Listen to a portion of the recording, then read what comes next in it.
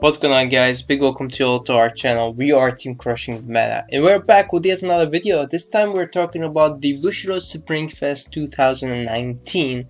It's of course the team league, and we had the one from MOUVAUX in France, and there were 2 days events. So the first one is standard and the second one is premium. And in this video we'll talk about standard, and then next video we'll talk about the premium. Right, so we had 2 teams from the Crushing the Meta. Let's say we had 3, but the third one was a bit of a mix between a Crushing the Meta player and some other players, because we didn't have enough to make the 3 teams. Maybe next time. The tournament had about 73 teams, which means 219 players, which is amazing for a tournament in Europe. The organization was really good. We had 3 different judges on the first day, and we had also Steven and a head judge also from, if I'm not mistaken, was from Singapore, so that's also pretty cool to have. And the first team from Crushing the Meta was able to get 3-3, and the second team was able to get 4-2, 4 wins, and 4-0 first, and then 4-1, then 4-2, which because of that they were able to get to the top 8, and they lost the first match in the top 8, which was a little bit sad, and also was a little bit dramatic, that game, but we will not go into that to not cause any more craziness in the community. Alright, so we had 5 rounds, as you can see in the results, and then they changed that to the 6th round. So first we started with 5, and then we went with the 6th one. We see some pictures right here. Of course, we had here in the middle, right, as you can see, is our team. I played with Sensky. I always play with Sensky in my team, as he is my player C, and I'm the player B, as always. If you guys want to face me, always go B, and if you want to avoid me, don't go B. And then of course we had our leader for the first team was Fira, which was pretty cool to be able to play with her. We will go into the clans and the deck list later on. We can see right here we have the team, which was JJ, Sparkles, and Devin, and they had also a lot of fun playing in the tournament. So it's really nice to see JJ back in action, and he was able to be a judge on the second day, which was cool as well, because the way he announced the rounds is just amazing, and he has an amazing voice for that as well. Right here we can see our nodes, actually one of my favorite judges from Europe, and we have some other judges of course from France. Again, the judges were good, the community was pretty welcoming as always in France. Right here we see Excel, which is Crushing Kyo, as you know from Facebook.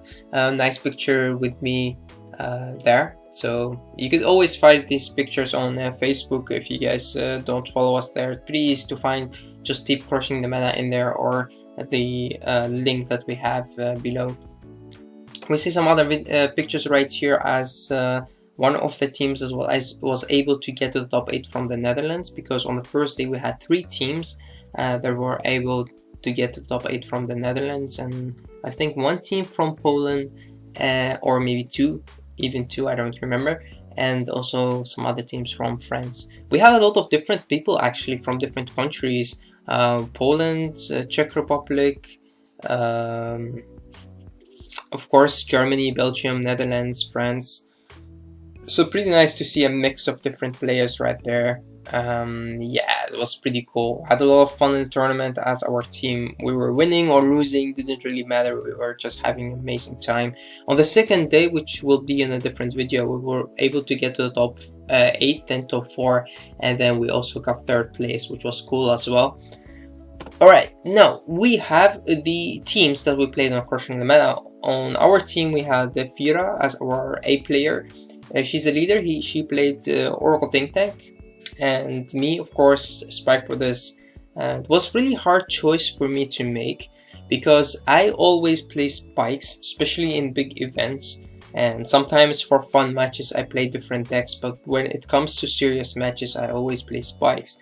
And when playing Spike Standard, we really need the Force 2 to make Spike even better, and I will talk about that when I make a video, which I'll make later on for you guys. to talk about the way that you build the Spike with a standard deck, because I really want to, of course, to win and to have fun, and doing that I need to play my favorite clan.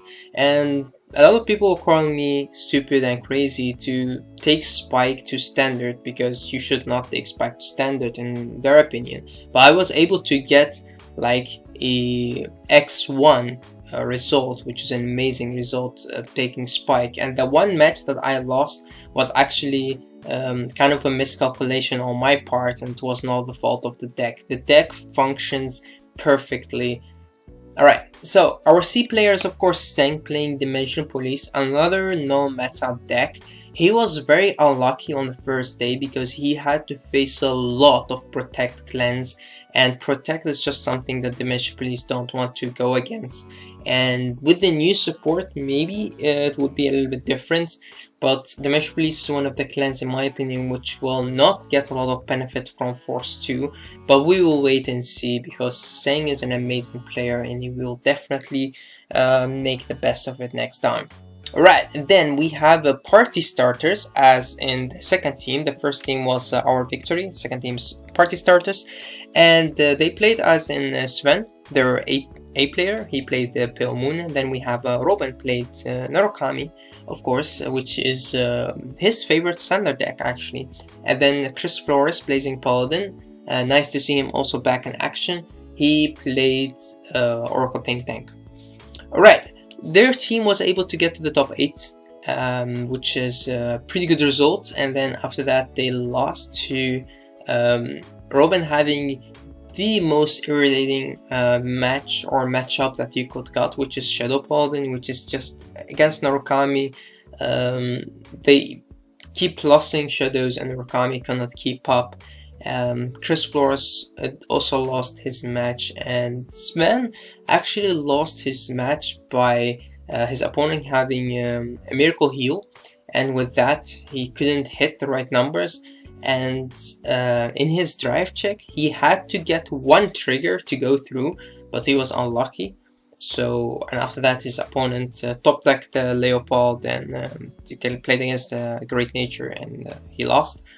So it was he was, I think, sitting on 4 damage, and he had to take 1 damage, which if it was a trigger then he could have still survived, but he was very unlucky, and with that they were kicked out of the top 8, of course. But again, an amazing result by a team that was yeah, doing pretty well. I think 4-0 going first, and then losing 2 matches.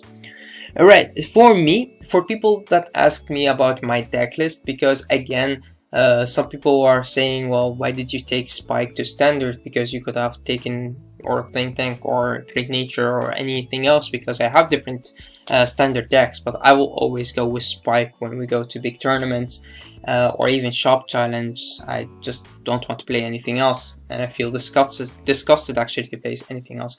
My deck list, I will talk about this in a different deck profile, which I'll make for you guys, especially the way that you play Spike in the different matchups.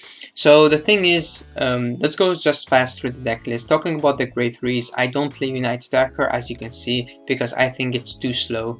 We have 4 copies of Seafreight, followed up by 4 copies of Juggernaut Maximum, and then for the Grade 2 lineup, we're going 4 Spike Bouncer, 4 Braki, only 3 Panthers, because I don't really see a reason to have the 4th one in here, and because of that you have space for the 15k shield, Interceptor or Defender. The thing about this deck is you want to go aggressive, but you want also to have the maximum value out of everything, and you don't want the match to drag too long. The 15k shield is also good to just save your Juggernaut Maximum if you have him as a rearguard in the early game. What you want to do is you want to always ride the Spike Bouncer, as he gives you up easy +1. Calling a Braki or a Juggernaut or even a Gyro Slinger in that means that you could add 1 more rearguard to the field and having huge power on that.